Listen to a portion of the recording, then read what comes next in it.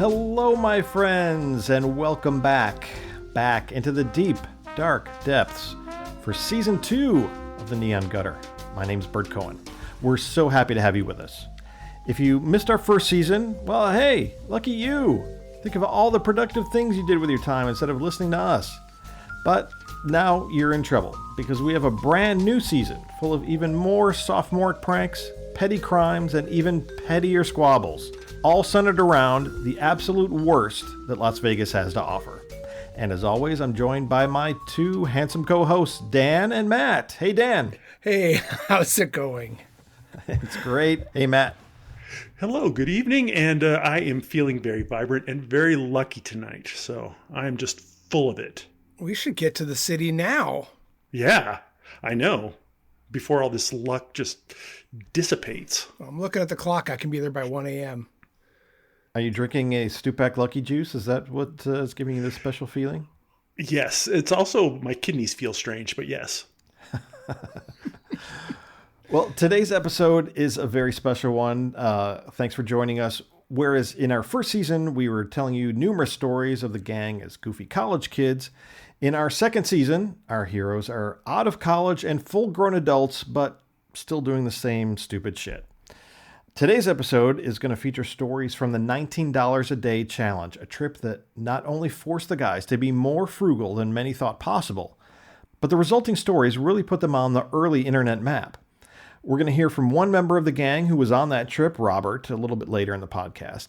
But first, we're going to get a little serious and talk about a central member of the group who is tragically no longer with us. Mark, also known in our circles as Stinky, was pivotal, not just to this trip, but so many trips, so many stories and memories that we share. And he was just one of those people that was impossible to not like. Unfortunately, Mark passed away a number of years ago, and we still have many, many fond memories. We'll talk a lot about him in this podcast, and also many future ones. But maybe you guys, Dan and Matt, could start us off by giving our audience a better idea of the kind of person that Mark was. Yeah, Mark was a really friendly guy. He was just such a great part of our group. You know, all the things we did were just for our own entertainment when we went to Vegas. And some of the things were a little sarcastic or biting in some ways, or, people like Matt would make fun of other people in Las Vegas. No. I never really... You don't say. Yeah, no. Matt, you did sometimes. Okay, all What? the time.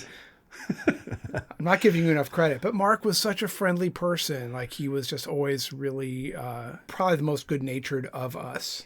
It completely true. He was the one guy that, like, if somebody didn't like Mark, you knew the problem was with that person. Right, exactly. He was just so likable. But he was also very funny, and he was also very game for anything. Extremely. You know, he was an integral part of this group, as important as anyone else. And I remember when I first met him at a comedy club meeting. He was a freshman, and I was probably a senior in college, so I was older than him. The first time I met him, I thought immediately, I want this guy to be my best friend. And I kind of worked toward that. Like, I kind of insinuated myself into his life to be good, close friends with him, because he was such a great guy. And there's no question my life and me as a person was better for having him as a friend. You were best friends for a bunch of years. Yeah. Matt and Stinky. That was Matt and Stinky. Yeah. That was the famous combo. Absolutely. So in this trip, it's you and Stinky for a good part. Robert will come in later, and we're going to talk to Robert. But in some of the earlier trip reports, it's much more of a group thing. Dan is obviously involved. How did this particular trip get a genesis and an idea between you and Mark, and how did it become reality? I think that it really started because, we were posting a lot of stuff in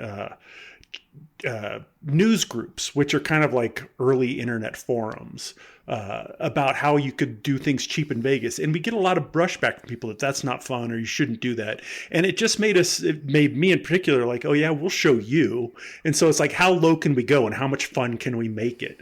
And this was it. It's like nobody believed that we could do this. And once nobody believed we could do it, then we were going to do it. One other thing about Stinky is he didn't smell. Yeah. The nickname came because I always wanted to have a friend named Stinky, like Little Rascals or something. And so I just said, I'm going to start calling you Stinky. And he's like, okay. Well, I thought it was And so because everyone called him Stinky. his last name was somewhat similar to Stinky. Yeah. We did call him Stink Claire because he was Mark Sinclair, and another one of our friends used to call him Sinner Claire. But he was on KUCI with the group, and right. He was, I don't know, funny, part of the group. He was kind of funny. Yeah. I was already off to Arizona State at that point, but yeah, it was really good to know him. And that was part of why Mark came along. Dan would have been on this trip if he were around, but he wasn't around. And so it was Mark. And then Robert joined us too, because Robert is another person who's game for anything, as we'll hear later. Absolutely.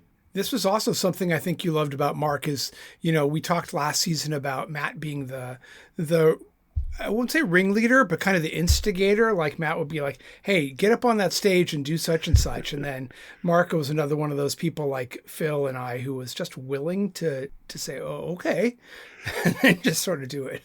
But he had his own great ideas too. Like before he passed away, he and I were planning on riding the subways in New York City for 24 straight hours on one token each.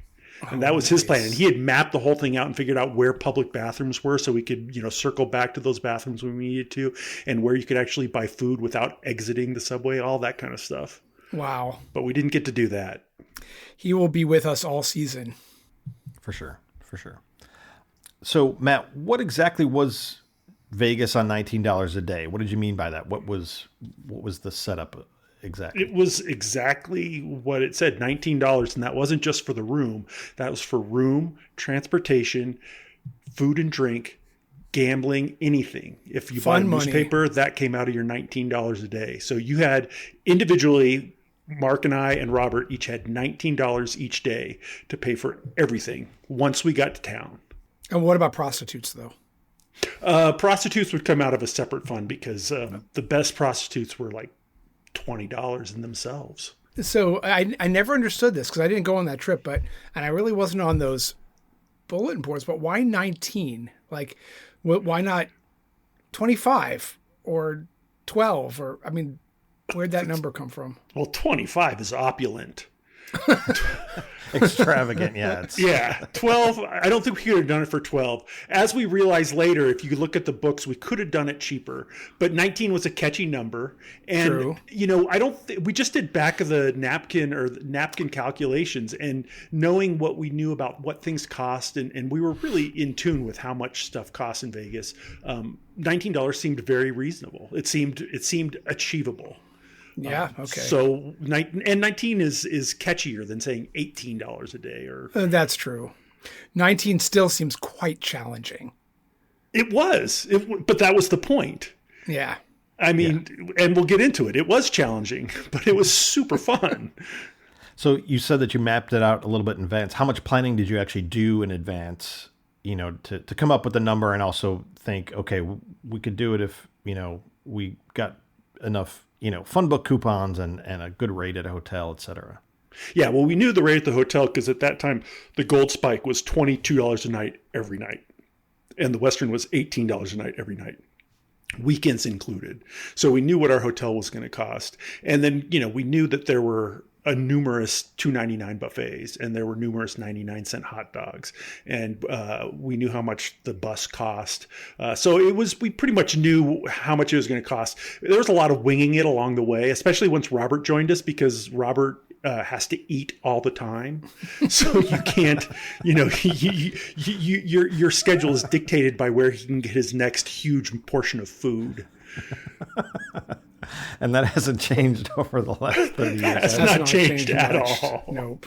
I once saw the man eat a loaf of bread as a snack.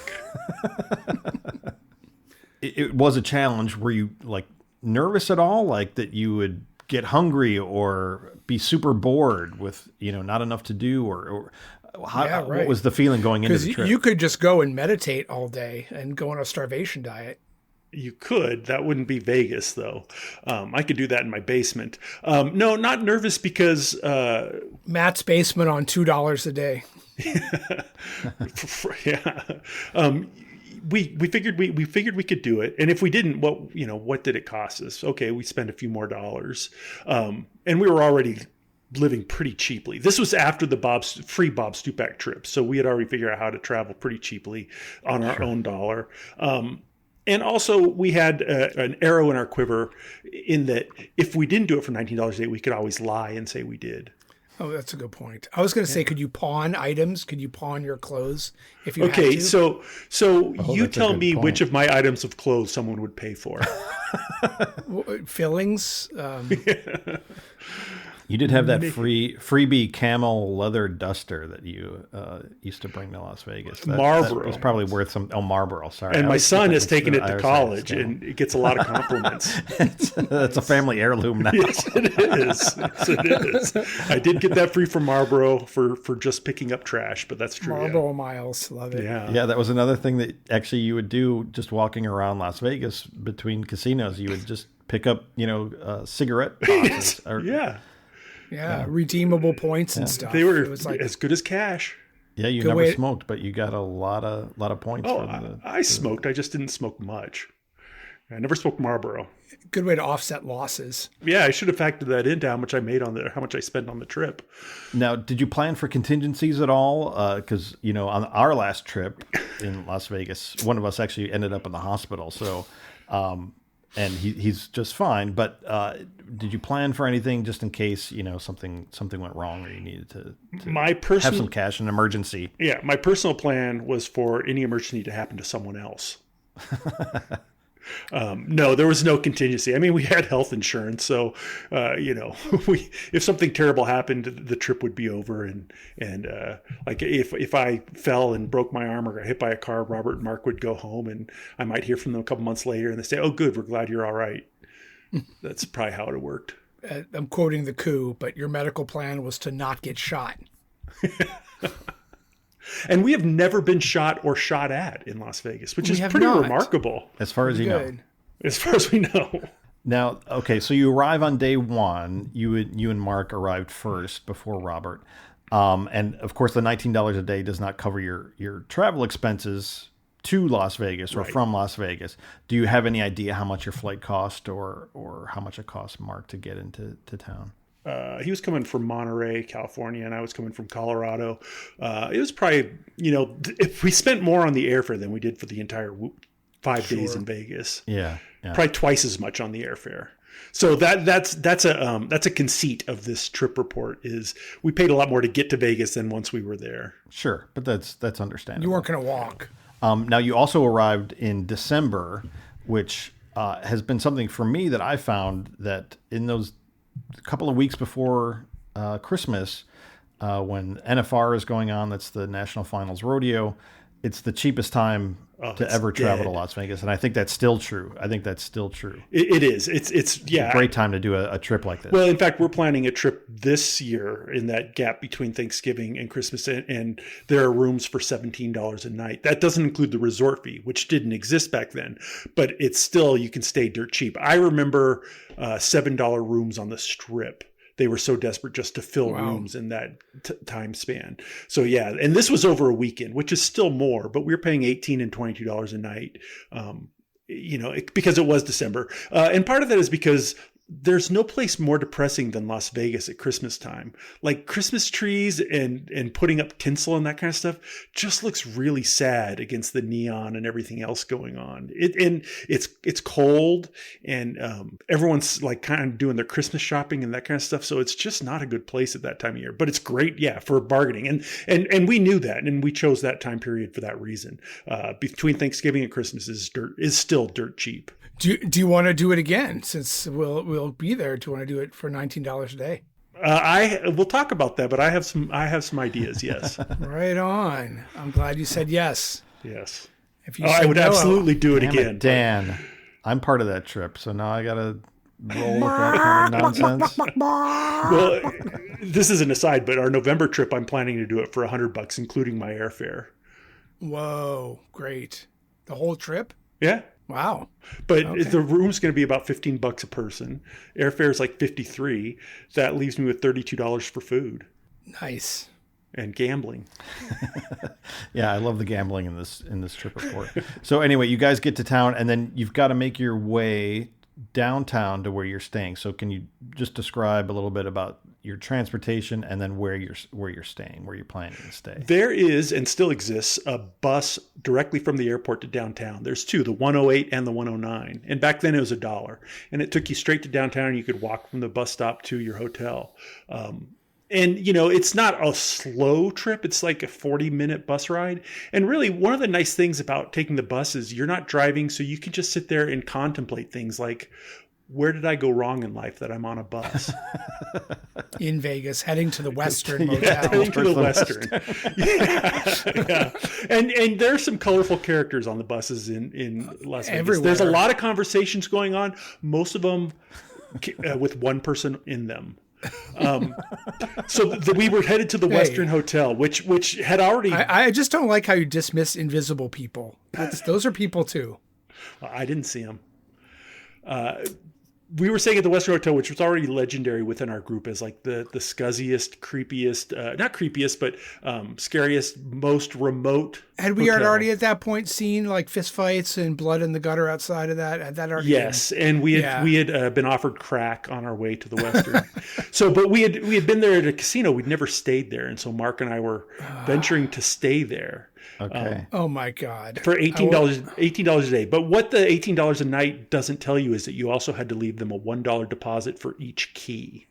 So we had to give them $20, 18 plus $1 each for a key. And it was a physical key, obviously. And then we had a room on the ground floor with a door that opened out to the public. Hidden fees, man. Yeah, I know. They really got you with that dollar. And the room was cinder block, whitewashed cinder block, threadbare carpet, a bathroom that kind of looked like they just bought the cheapest of each fixture at Home Depot, like the $69 vanity, a shower curtain. It was not dirty, but it was extremely old and extremely worn down. Was there art in the rooms? Oh, no, wow. There was no art. It was just a white with a gray carpet. And then the beds had like, I don't know, the comforters or the blankets on the bed really looked like something out of your grandmother's basement, like the room that they put people in when there's a lot of overflow, just really old, like worn out blankets. Was there a television in the room? There was like a 13-inch TV. I don't even think we ever turned it on. Color, black and white? I don't know. We didn't turn it on. Probably black and white. I'm almost positive it just had over-the-air channels. Sure. So we've stayed in, last season we talked about the shithole places we've stayed. Just by comparison, is this the lowest? Is this the zero on the scale? Easily. Okay, got it. Yeah, and I stayed there again later, and it had gotten even worse, but it was easily the worst. It went sub-zero? Yes, it did. Well, and then a month after I stayed there the second time, the health department closed it. So yeah, but yeah, it was a Jackie Gone property, and so there was no frills. And if you're getting $18 a room, that's what you were getting. Yeah, we've described that a lot of the stuff has been depicted in trip reports on the website, and you can read those trip reports at neongutter.com. There's also a number of photographs, and one of my favorite parts of the trip reports that you guys would write over the years were often the photo captions. And one of my favorites of any that you did was for the bathroom at the Western, which is a bathroom that has to be like 3 foot square. And the caption is, "The spacious bathroom made washing fun." An absolute delight. And the shower head came to about the navel. So like, I'm a fairly tall guy. You really had to, they really didn't care whether you got clean or not. And it was the kind of place where you got soap. And the clientele didn't really care if they got clean or not. Let's be honest. Yeah, good point. No. There was a part in the trip report where when you're getting the key deposit back, you're at the registration desk and a girl asks if her father lives at the hotel. Yeah, it was not funny. It was really sad. This woman was asking, she gave a name and they said, no. So I'm looking for my father. I just wondered if he lived here. And they're like, no. And they had some pretty strict rules about Nevada residents could not stay there. You could not stay there if you had a Nevada driver's license, and you couldn't stay more than like 7 straight nights or something because they didn't want people living there, and they didn't want prostitutes there either. Oh, I see. I wonder why not Nevada residents, probably because they cared about residents too much. Yeah, it's like, yeah, we might see these people again. We're not going to let them stay here. Now, the one other detail I love about the Western and the trip report is that you said a lot of the NFR, a lot of the rodeo guys were staying at the Western, which just absolutely cracks me up because like I said, I travel a lot in that period of time every year because it's cheap to go to Las Vegas, and I see those guys around town and stuff. But, most of them are, also sort of hilariously staying at like Bellagio or Caesar's Palace, walking around with black cowboy hats. And I feel like these guys just got tricked into staying at a place because it was called the Western. Western. Like, yeah. That's a good point. Yeah, sounds like my kind of place. They didn't seem upset about it, but yeah, they all had black hats too, because Garth Brooks was really big at that time, and every single one of them had a black hat. Obviously, the Western is not a place, it's not a resort to kind of hang around in and luxuriate in. So you guys headed out of the room pretty quickly, it seems like, and started looking for deals. Can you tell us a little bit about what you started out doing downtown? Yeah, so we did. We dropped our backpacks and got the heck out of there. So Fremont Street was all dressed up for Christmas. There's a giant metal tree in the middle of it. There were, Christmas balls and people wearing Santa hats and that kind of thing. And Wait, you say it's metal? That's really disappointing. Yeah, it was like a giant, perfectly conical tree. Rockefeller Center tree. Yeah. Yeah. It looked like, they just pull it out of a warehouse and stick it up once a year. So yeah, we did. We went to the Lady Luck. We just started going downtown, just like, what can we get for free? And we went to the Lady Luck and got free keychains, and we got free phone calls, which at that point was really exciting. And free phone calls. Yeah, this is back in '96. What in the what? You get free long distance phone call, 3 minutes long. And I called my wife and let her know that I was still alive. And Mark was single at the time and didn't have anyone to call, so he called the girl from high school that he remembered her number, and then got scared and hung up before he said anything. I think you get a longer free phone call in jail. Well, yeah, probably, but in Vegas you have more to talk about too. I was going to say that's another good way to spend it for less than $19 a day.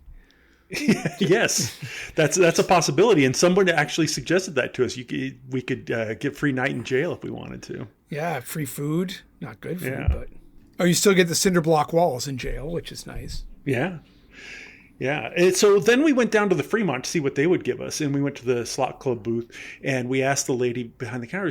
She said, "Oh, how can I help you?" I said, "What's the best thing we can get here for free?" And she said, "Food." And we're like, "Really?" And she said, "Yeah." And we're like, and she said, "I can give you a comp for dinner." She said, "Are you going to be gambling here later?" And I'm like, "Oh yeah, we're going to be gambling a lot."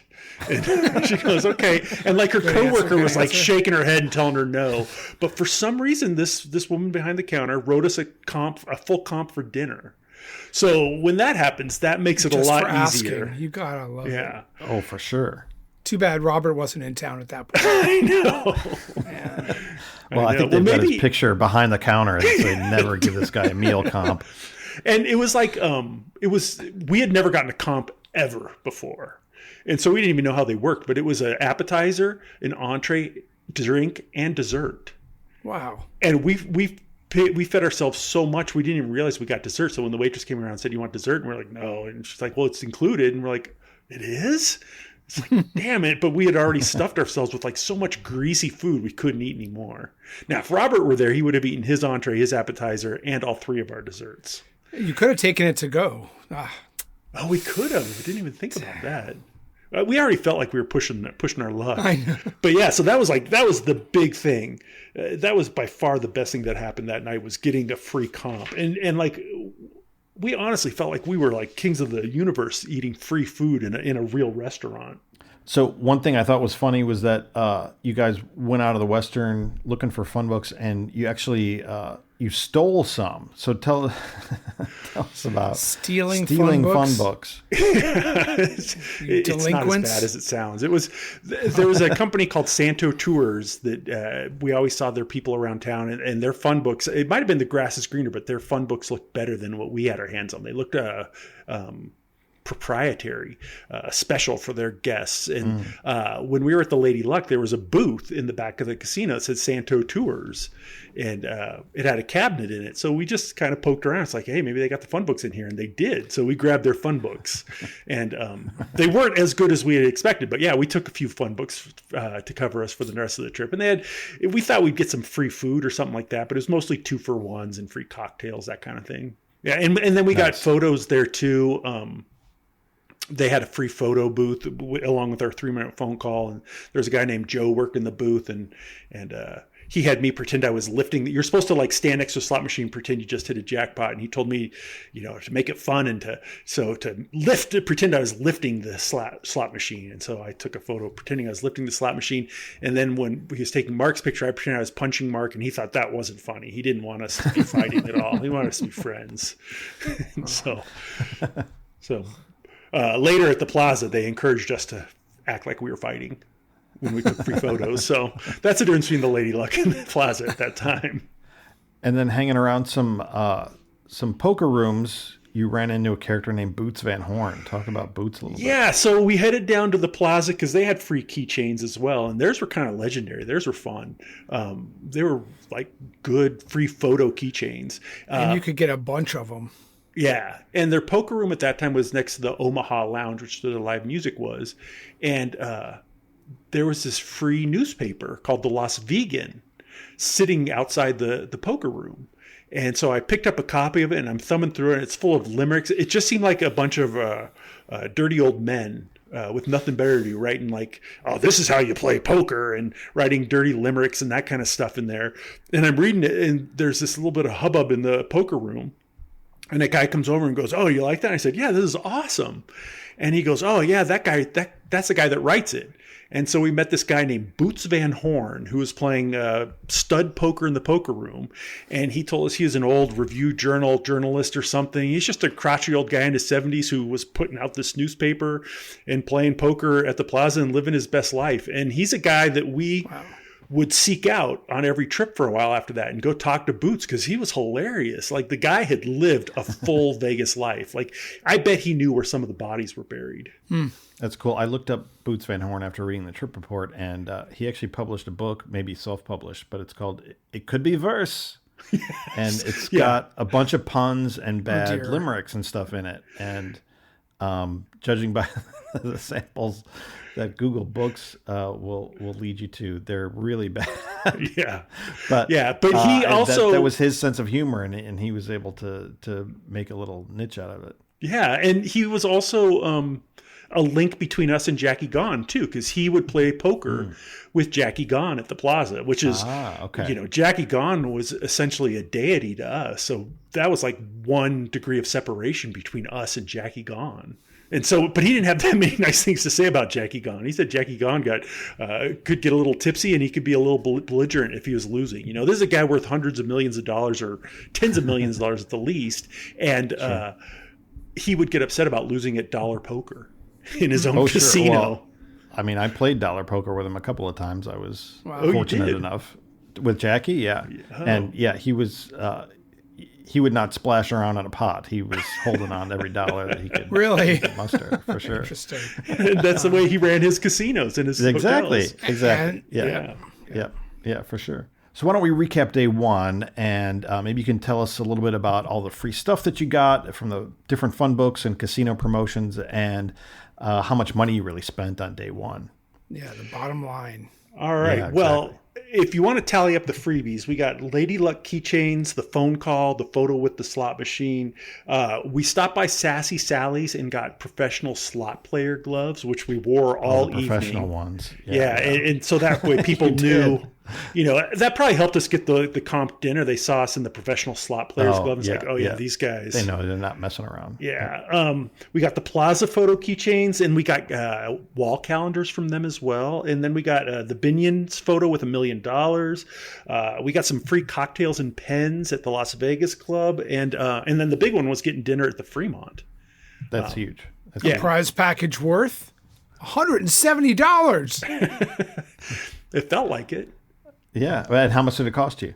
So for me, that full day, and that was Mark and me, Stinky and me, I spent $13.13, and Stinky spent $12.78. The big tab there was $8.72 each for the room at the Western. So it was $16 a night, not $18 a night. It's still 16. So you saved like $5 or $6 each. Was that carry over to the next day, or were you trying to get it? Were you rubber banding it or saying, no, that's it, that's money lost? Because you could have gone out and gambled with that. Yeah, no, we carried it over, but we didn't spend it the next day because we didn't, we wanted to make sure we had a nice buffer still. So, but yeah. Smart. Yeah. So the big expenses for me, the room, we tipped $1.50 each on our dinner at the Fremont. Wow. Well, we figured we ate about $10 worth of food, so we tipped $1.50. I'm a more generous guy now. Now I probably leave $1.75, $1.80. Yeah. So, but it's amazing that a little under 10% of your daily spending was a tip. Yeah, the difference between Mark and me, I spent $13.13, he spent $12.78, was 35 cents for a phone call. And I think I probably made a phone call to someone in town to coordinate for, we were going to have a little soiree later in the weekend, and I probably made a local phone call for that. I should have saved it and used my Lady Luck free phone call for that, but I didn't plan ahead. $1 for transit, $1.06 for a shrimp cocktail at the Golden Gate. Golden Gate. Yeah, 99 cents plus 7 cents tax. Yep. And that's all, we have it all on a table on the website. So it must be true. That's great. And I hadn't thought about it till now, actually, but you talk about how you blew all your money on this extravagant room at the Western. Did you ever consider maybe just sleeping at the bus station or something like that? You could sleep at the Greyhound, except it still smells like vomit from the time Robert threw up there. But yeah, the Greyhound station would be a place to do it. We did actually scope out and talk about that at one point. Like there were rooms in the back of the plaza where they had the old Union Station, train station back then that were completely unused and vacant. Oh. That you could have gone in there and, brought a sleeping bag and slept. And that was something we actually talked about, but we chickened out thinking they would catch on. Yeah, or somebody had already figured that out, and somebody that did not want a couple of kids coming in and horning in on their room. Yeah, true. That was a very exciting day one, but if we're going to scrape together another $19 to go to Vegas, we're going to need to pay some bills. So we're going to take a quick break. But when we return, we'll take a very circuitous route to the Las Vegas Strip, yell at some very serious slot players, introduce you to the hungriest man alive, and perhaps even a love interest or two. Don't go away.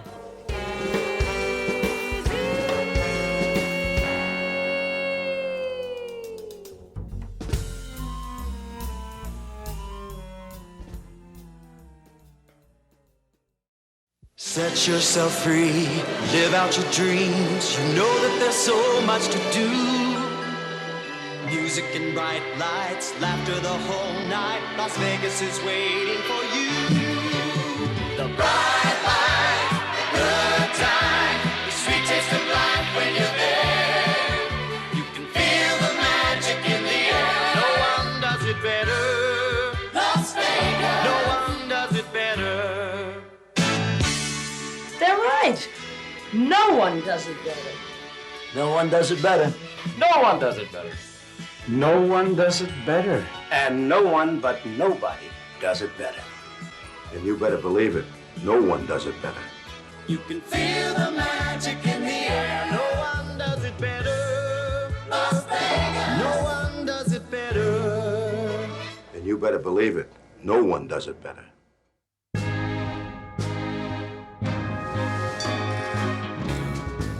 Hello, I'm world-famous toy horse handicapper Lucky Ned. I know that listeners of the Neon Gutter love Sigma Derby as much as we do, so we're going to bring you the races at your home or wherever you listen to the podcast. Could be in the car, or taking a dog for a walk, or even on the toilet. I'm going to give you the odds for the next race, and you can bet as many quarters as you like. Hypothetical quarters. We're going to give you a live call of the race with all the excitement you can handle. Kitty cup, kitty cup, kitty cup, kitty cup, kitty cup. Anyway, here are the combinations for the next race. Let's see, combination 1-2 comes in at the long shot at 52-1. We got a 1-3, that's only 5-1. 1-4 pays out 12-1, and 1-5, 9-1. 2-3 is 17-1. 2-4, 42-1. And 2-5, 31-1. Rounding out the field, 3-4 is 4-1. While 3-5 comes in as the favorite, that's 3-1. And 4-5 on the outside posts at 7-1. Now, looking at the various jockeys' feldspar content, based on my own professional analysis of the sport, my hot tip for you is to go with 2-4 at 42-1. Bet big, and you're going to hear the clanking sound of those quarterly payouts for the rest of the night. We'll be back after the next segment to give you the full race results. I'm Lucky Ned, and you go with guts.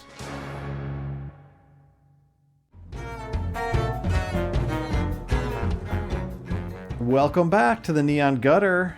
Today we're talking about the $19 a day Las Vegas Challenge.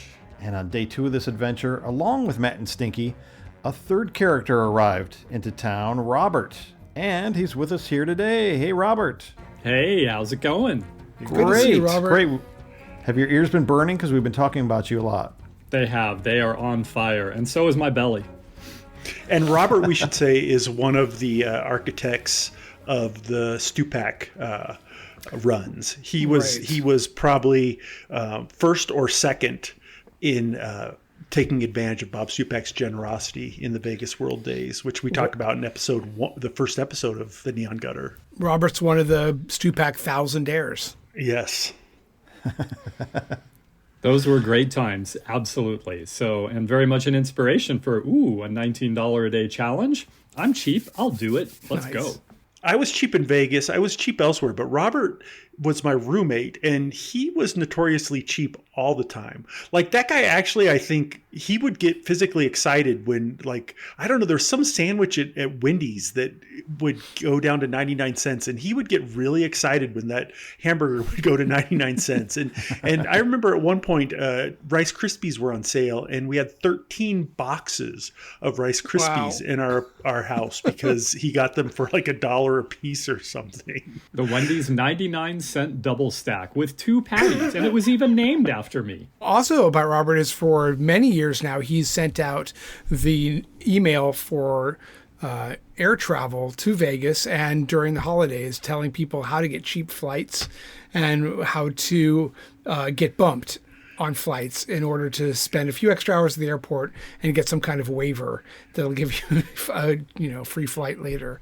So yeah, Robert's a master of a guru that of cheap stuff, for sure. Yeah. Yes, and we used to go to the local salad bar as roommates toward closing time, because when the salad bar closed, they let whoever was still there take home all the leftover baked goods, and that fed him for at least that evening. You know, the dozen or so blueberry muffins and the couples of loaves of sourdough bread would feed him at least for the evening.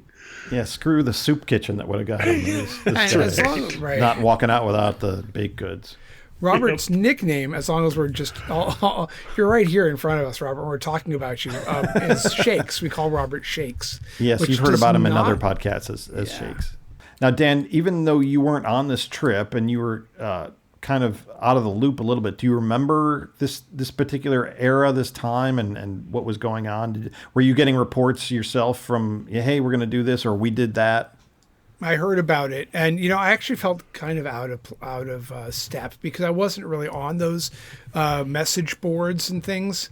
So Matt and Stinky were meeting all these people who were, talking about these personalities of people really into Vegas. Some really crotchety folks, some people they thought were kind of cool, would want to hang out with, but it was later in this first $19 a day trip that they met some of these folks for the first time, and those people began to move into our trips, which made them bigger and bigger and bigger during the peak of the Big Empire years. Yeah, and I was eventually one of those. That's right. Trip, but eventually, that's how I met you. Yep. I was. At the time that we wrote this, we had created a website, and the internet was still pretty new, and it was this huge door that opened to creative people. Like, wait, I can put my stuff out there, and people will read it. Otherwise you're just sitting in your basement writing for yourself. But now you could find an audience, and that's part of why we did the $19 a day too. Is because this was the kind of gimmick we could put on our website, and Right. we thought we could make people laugh, and we would get noticed for it. And you did. It really worked like that. I mean, this was really, we had no plans to start a business or no plans to profit off it, but we would wanted to get noticed, and it absolutely did that for us. And Matt learned, you taught yourself HTML in order to do that in the early days. Yeah, a worthless skill now, but yes. Back then. So in the trip report, before Robert gets into town, you and Stinky still have a little bit of time. And one of the first things that happens is you run into these, as described as impossibly beautiful girls that you couldn't believe were downtown. Tell us a little bit about that. And was that actually real? Did that really happen? They were really two impossibly beautiful women in downtown Las Vegas, which was in itself impossible because there was never anyone under 50 except for us in downtown Las Vegas. And these women had all their teeth. They were about our age, in their 20s. Whether they were impossibly beautiful is hard to say. But at the time, given the surroundings and given the smell, they struck us as, oh my God, what are they doing here? Why are they downtown? You just spent a night in the Western Hotel. Yes. You come out and you see two women bodies and you're like, they are so amazing. Yes. Well, they were our age. And it's like, man, we've got something in common. I was married, but Mark was single. And so it's like, man, we should talk to Vegas, them. Man. Like if ever there was something in common, we ever had something in common with a woman, this was it. We could say like, hey, you didn't die either. So yeah, we saw these beautiful women. It was actually at the plaza. We had gone to get their, I had like a $2.25 eggs, bacon, hash browns, toast, breakfast. And Mark had biscuits and gravy. And then as we were paying, there's like these two women. And it's just like, whoa. What'd they say when you talked to them? Well, I talked to them just about as much as I talked to any women when I was in my 20s, which is we didn't. We just talked about how we should talk to them. Ah, yes. I can relate. I'm teasing you, but I can definitely relate. Yeah. Well, yes. You knew. Understood.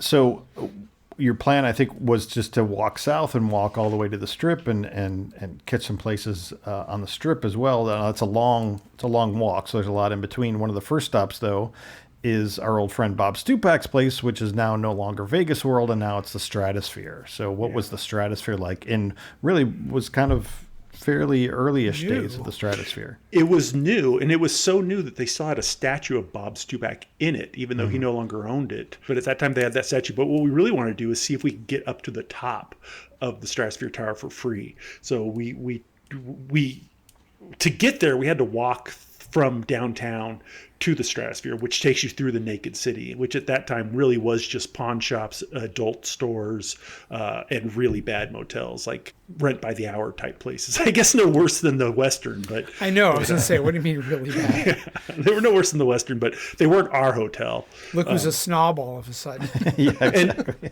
And it was a fantastic way to kill time, to walk from downtown to the Strip. And I'd do it again because there's a lot to see, but it takes a long time. It's like 6 miles, plus you're going in and out of casinos. Yeah. I mean, you're doing like 12-mile days, Yeah. That's on two, like not that much food either.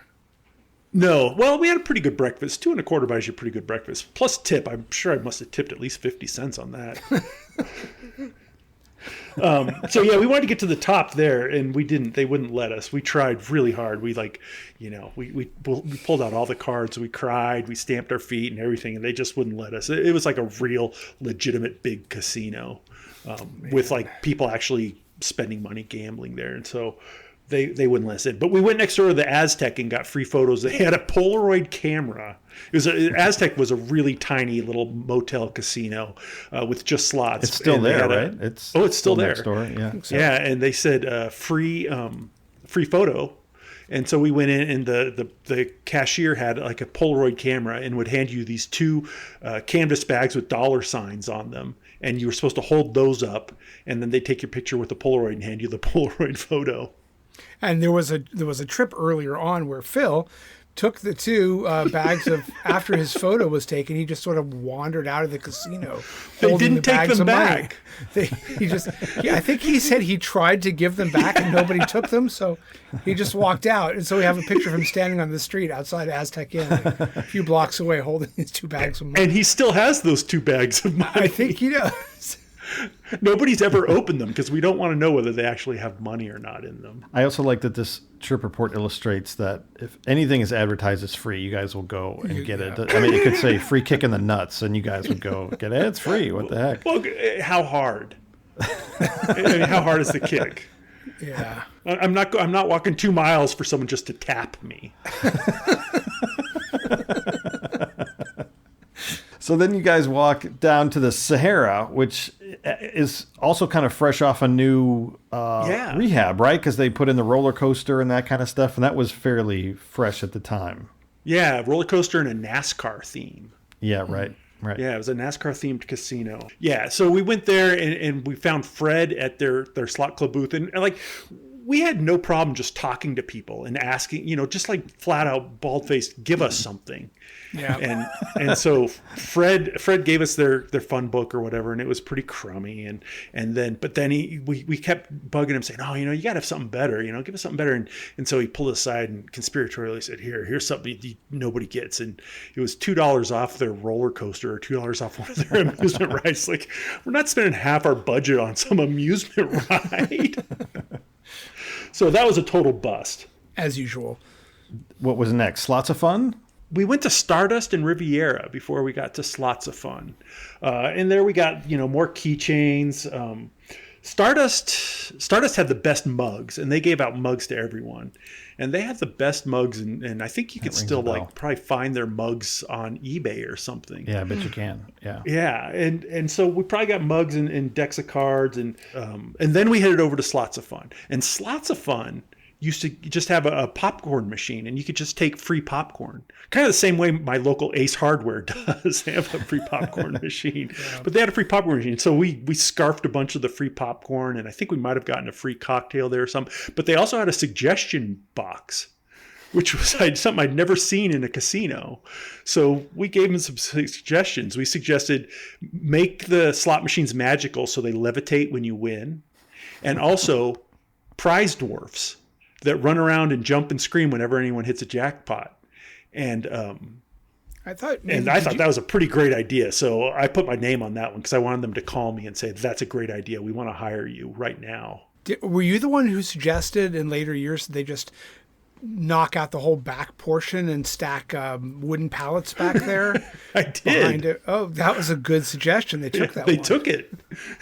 They did take that suggestion.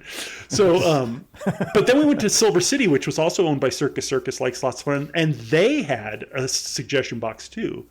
So we repeated the suggestions there, and then I just kind of like sat back and waited to see which one did prize dwarves first.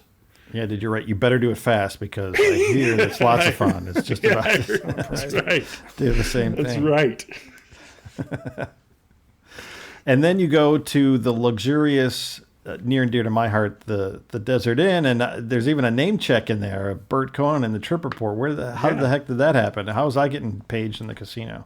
Well, Bert Cohen was president and owner of the Desert Inn for a long time. And I hadn't heard about that. Yeah, and he used to get paged on the back of the old TV show Vegas all the time. Dan Tana, the private investigator in the show Vegas, used to spend a lot of time at the Desert Inn getting the skinny there, getting information from his informants. And they would always be paging Bert Cohen in the background. So apparently there was a lot of mischief and mayhem that required the president's attention at the Desert Inn on a daily basis.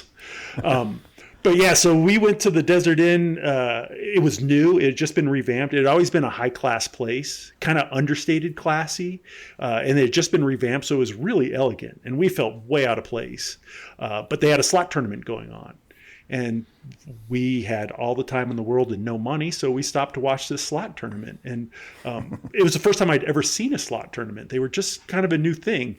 And it was really bizarre because there'd be people, I don't remember even how people got into the slot tournament. They must have been high rollers or something.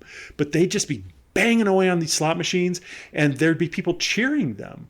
Like one guy was just berating his wife, like, "Come on, honey, they're catching up to you. Come on, 777's, Joyce, come on." And it's like, she has no control over it. I was wondering if that was real. It was real. He's like, "Come on, 777's, Joyce, come on, baby." And like you've been training for this. Yes, exactly. So Mark and I got into it too, and we were chanting and cheering and rooting them on and making a big scene. And Bert, I think you once were in a Treasure Island slot tournament that we came as your cheering crowd. Well, I've been in at least several 2 slot tournaments that you guys have cheered me on. The other one was at the Riviera, when Ruth Buzzy made fun of me for my technique at the slot tournament. What was your technique? It still just burns me that Ruth would do that. You've never seen the way he hits the button, Dan? It's the worst. The worst. She blew your buzz. Yeah. So, but and then the cocktail waitress comes around, and she, like, to the people just watching the slot tournament, says, "Cocktails," and like we honestly said to her, "We're not gambling." She goes, "That's okay." It's like, seriously? So we got drinks, and then she brought them, and they were like in real cocktail glasses. Like the Desert Inn was swank. It wasn't just those cheap highballs everyone has. It was a real, like if my pockets were big enough, I would still have that cocktail glass. Wow. Yeah, like a heavy leaded bottom. I don't think it's true anymore, but I think back in that era, the nicer the place, the easier it was to get a free drink, and for a really good one too, right? Yeah, it was fantastic. Best drink I had all weekend. So that was fun watching the slot tournament and screaming our lungs out for strangers and making some people feel bad and some people feel good and just watching this little culture of slot tournaments of people thinking that cheering is going to change the outcome. All right. So speaking of nice places, you go to another nice carpet joint out there on the strip. Went to Caesar's Palace. We did. We went to Caesar's Palace because at the time I had a Caesar's Palace credit card that gave me like $5 in Caesar's credit for every $100 I spent. Something like that. Is an outrageous deal, but I had to go to Caesar's to redeem it. So I went and cashed in. You take these things they gave you in the mail to the cashier's booth, and they gave you chips for them. So then you just take those chips to a different cashier's booth and turn them into cash. It was a great, picked up like $30 in a rebate on my Caesar's MasterCard while we were there. And that didn't go into your $19 a day budget? No. That would be unfair to Mark and to Robert. But could you spend that $30 on food then? No. $19, man. That $30 came from outside of our $19. Okay, so what happens if you actually did gamble a nickel and won 2 and then gambled those? What if you actually had parlayed 5 cents into like $50? So if I gambled $5 and I won $20, I could spend that $5. I couldn't spend the $20. If I lost money, that money's gone. The $5 would come out of your budget. Yes. And you could any winnings the profit, do not get. The $20 you could gamble with again, but you couldn't buy anything with it. Right. I could gamble with them, but I couldn't make my life any better with them. See, I was starting with the nickel because I figured. No, we kept it. It was down to the penny how much we spent gambling because there were. Right. I think at one place we spent a nickel, and it's like, well, okay, that's all I can afford right now. The nickel test. Yeah. And then about this time is one of the most fascinating parts of the trip report is, you can't be spending with $19 a day. You can't be spending $1 here and there all the time for the bus. So you got to figure out a way to take advantage of the free shuttles, which was really a thing you could do back then. And again, it's another thing that has kind of gone away, but talk a little bit about your shuttle plans. Yeah. So there was a network of shuttles. In fact, Stinky and I wrote a book for Huntington Press called Free Ride about the shuttle network and how often it ran and how you could get from point A to point B all over town taking the free shuttles. And we had to update it every year because the shuttles came in and out of, and they've all faded away. But it was mostly off-strip places that had these shuttles to try to get you from the strip to their off-strip joints. So if you wanted to make a trip between 2 places on the strip, you ultimately would almost always have to go off-strip, get off one bus, get on another bus, and get on that bus to the other place you wanted to go on the strip. So it was time consuming. But again, when you're poor, time isn't that valuable. So It's this is a just place something like you're trying to fill. Samstown or Yeah, Samstown, Arizona Charlie's. Yep, Boulder Station. Samstown was a big hub. You could go from the Strip to downtown through Samstown. I remember the Rio even had a shuttle going back and forth through that little. The Rio did short too. trip Yeah. to the Strip to Harris. Yep. So we were at Caesars and we walked over to a small casino called Bourbon Street, and caught a shuttle there out to Samstown. And from Samstown, we could catch another shuttle to downtown from there. And I think you're familiar with Bourbon Street because I believe you saw Dr. Naughty there, the X-rated hypnotist. That's a good poll. Yes, I did.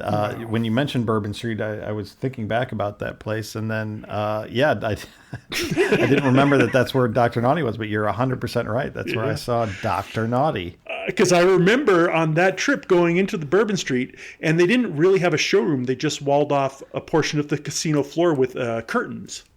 Yeah, it was just pipe and drape. They call it. Yeah. It was very unimpressive, but I'm sure Dr. Naughty was very impressive. I don't remember much of the show, but I just remember it was very impressive, and I continued to send him $500 a month. Was he naughty? Again, I don't remember much of the show, but you just do your monthly tithe and exactly. Well, exactly. And the nude photos of Bert are all over the internet. So. That's from the 1 month I missed. Yeah, so we headed out to Samstown, and Samstown was kind of as much an RV park as a hotel. So it really attracted that older crowd. It was on Boulder Highway, way off the Strip, had a Western theme, and it was Christmas time, and they had a big atrium, and they had Santa in the atrium. So we tried to see Santa, but we were too old. They would not let us see Santa. And Stinky had some unfinished business with Santa, and he was not able to resolve that on this trip. But from there, we were able to catch another bus back to downtown. And that's where you finally meet up with Robert. We do. Robert, how'd you get into town? I flew in, and then I took the CAT 109 public transit bus. Beautiful way to go around Las Vegas. The first thing, once Robert got there, was he was hungry. I'm hungry. Naturally. And then a half hour later, he was hungry. And then a half hour later, he was hungry. I was hungry.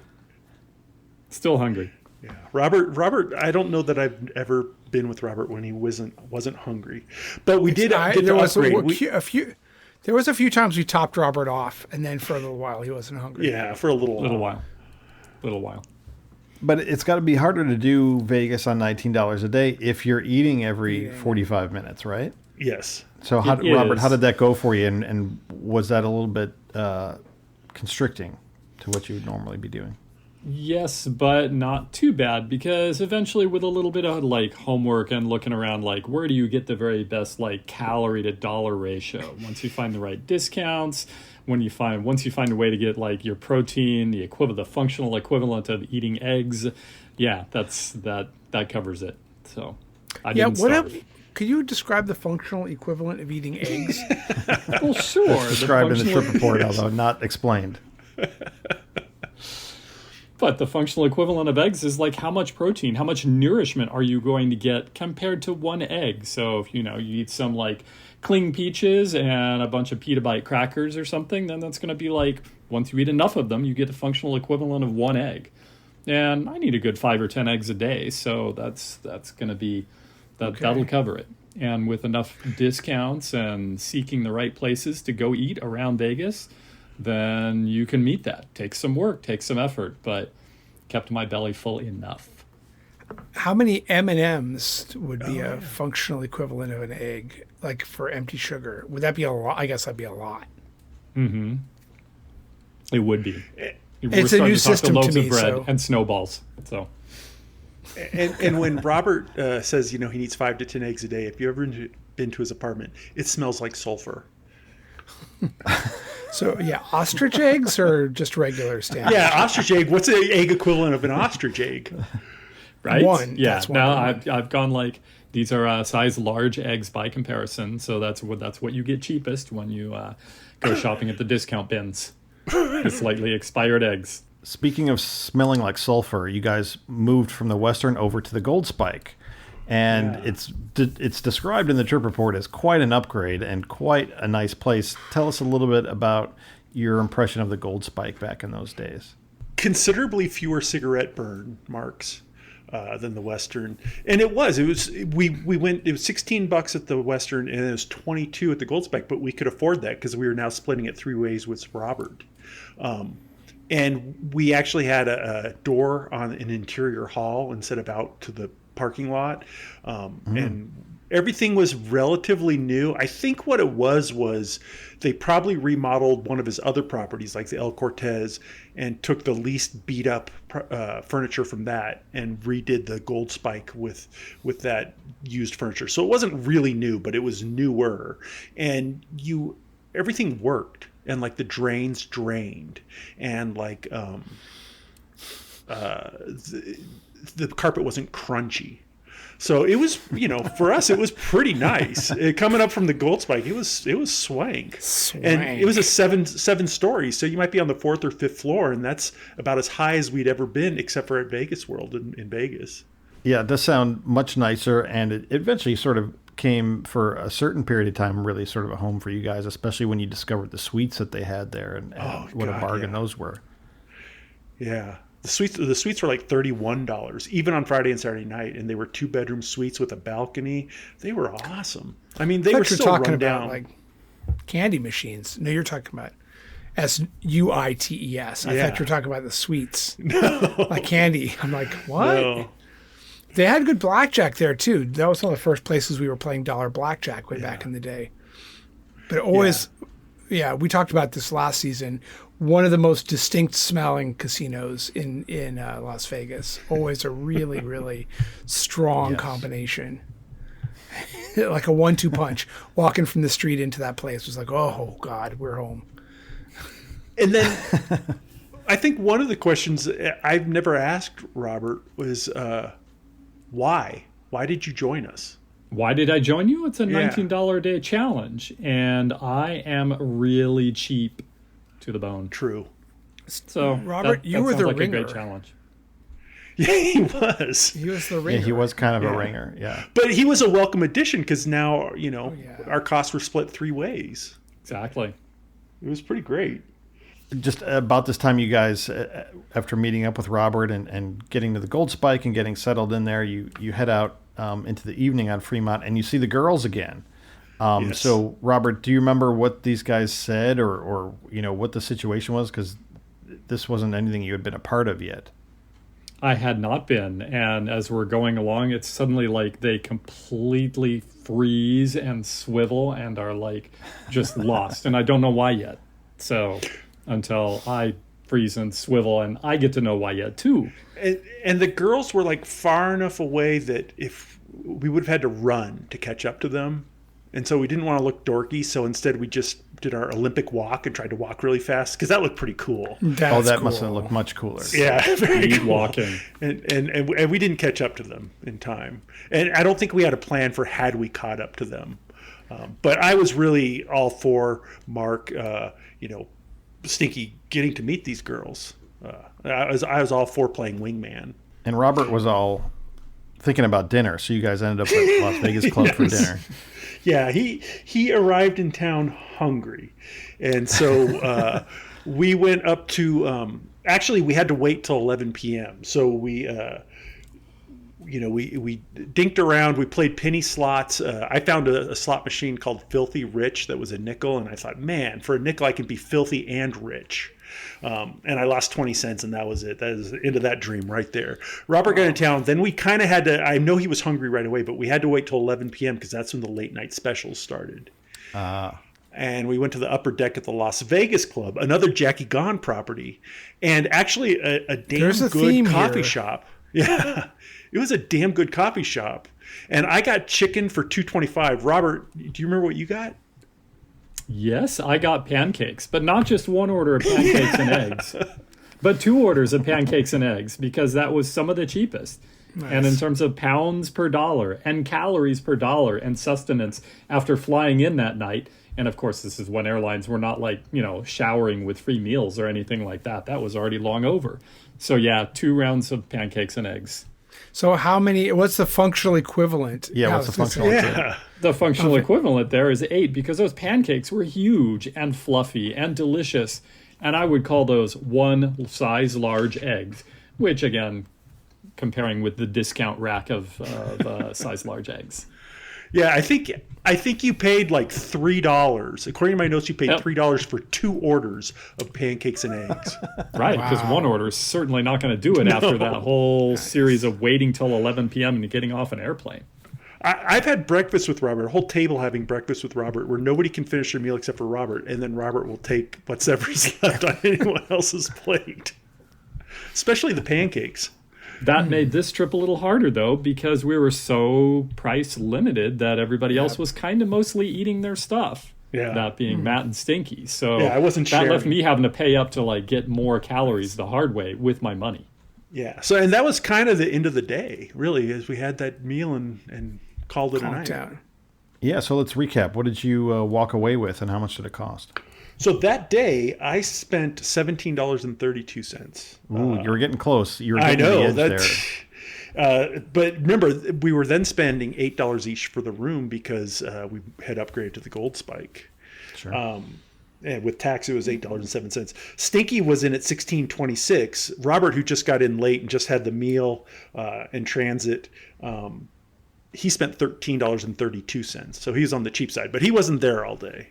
Right, he wasn't there all day, and you were cutting it close. So thank goodness you didn't tip more, because that would really put you over budget.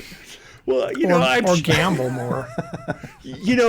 Waitresses or waiters totally understand when you say, "I'd like to tip you more, but I'm trying to see how cheap I can be." They would probably understand if you said proportionally, this is an enormous tip. Yeah. Oh, this tip is the functional equivalent of 3 eggs. Just so you know. And you will not be hungry for another 1 hour and 37 minutes. Yeah. So for my $2.75 chicken at the Las Vegas Club, I tipped 75 cents. And it's at this point in my life, I'm not proud of that. I think Robert, should you be. according to my notes, Robert, you got 2 orders of pancakes and eggs, which cost $3, and then you left $1.25 tip. Ooh. Yeah. See, that's the way to go. Yeah. So many That's a plates, George. so many calories. Like it was like, after this day of starvation, thank you for making me whole again for at least the next 4 hours, maybe 5. And that day we collected Aztec a photo at the Aztec with the bags of money, Sahara slot card chains. That's the only thing we could weasel out of Fred at there. We got the Desert Inn cocktails, Riviera deck of cards, a Stardust keychain, a Slots of Fun popcorn, Plaza photo keychain, and a Las Vegas Club cocktails and pens. Nice. A prize package worth $294. At least. All right, this is all sounding like a lot of fun and games, but there's a dark side to traveling on $19 a day, and we're going to take a quick break. But coming up, we're going to find out exactly what would happen to Robert's $19 budget if he met a very unfortunate end. Right after this.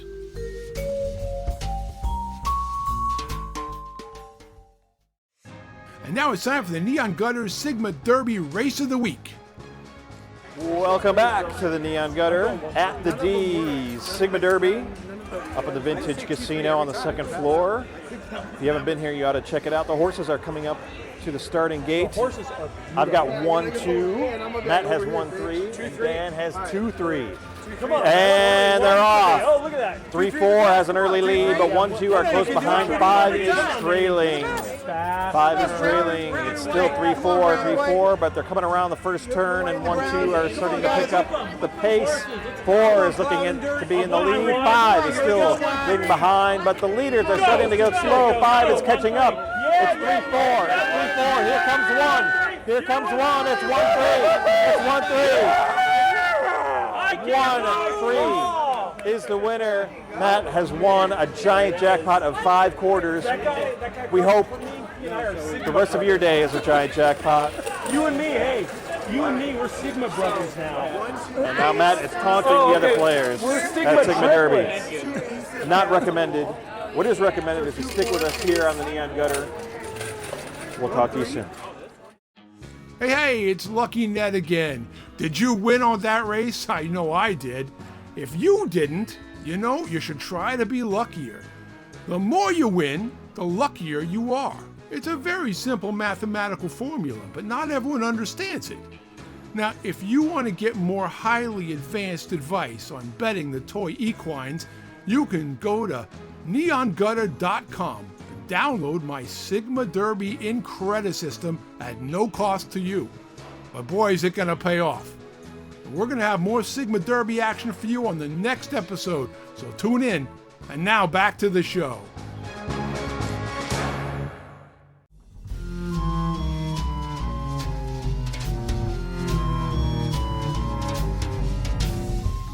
And we're back in the Neon Gutter. Now, if you've been paying attention, you may have noticed that many activities you can do in Las Vegas on just $19 a day are actually hazardous to your health. So the natural question for these guys eventually came up. What would Matt and Stinky do with Robert's $19 if he could no longer spend it? So how did that conversation go?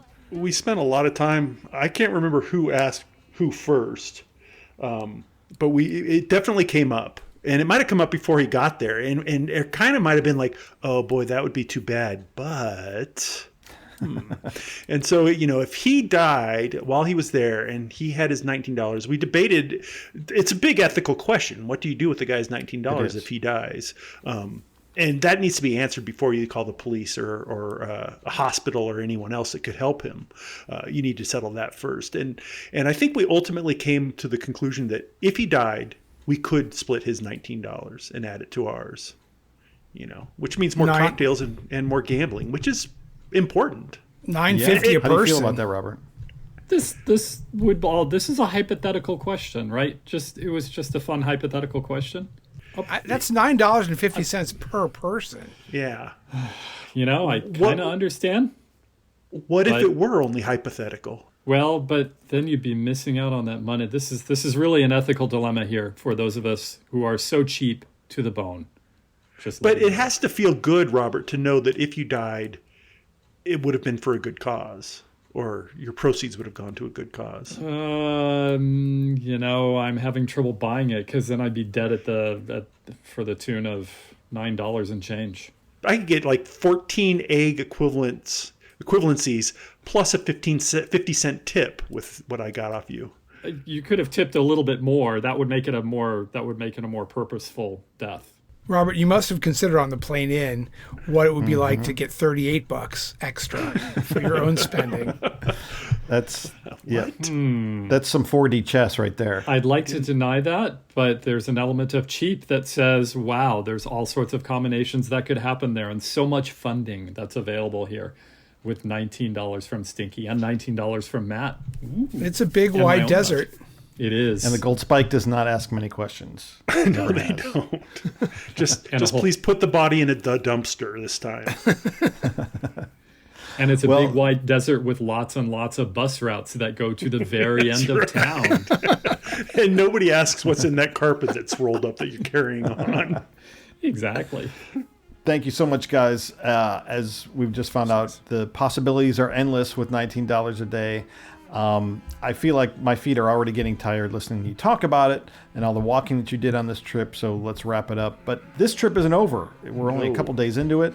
And so on our next episode, we'll talk about $19 a day part 2. And Robert will be back, and Dan and Matt will be back, and we'll find out if they managed to stay under their budget. And also, I can't wait to hear about Caesar's Magical Empire, the Marty Allen show at Westward Ho, how things got resolved with those 2 beautiful girls, and many other, let's just be frank, call it disappointments. Well, and I'd like to say that for anyone that knew Stinky and me and Robert, I don't want to spoil anything, but I think you'll be pleasantly surprised by how the story with the girls ends. Especially if you know us well. Spoiler alert. And we'll have all of that and much, much more next time down here in the Neon Gutter. Thanks so much for listening. The cash won't last. The Neon Gutter is a Big Empire production. Randy Shandis, executive producer. Our incredible theme music is courtesy of Rosin Coven. Do you have something to say? Call our voicemail line at 775-400-2941. And for more episodes, vintage photographs and video, contact info, and those amazing trip reports, visit us at neongutter.com. Haiku number 8. Guy with cracked glasses at Western. If you're touring, you're in the wrong place.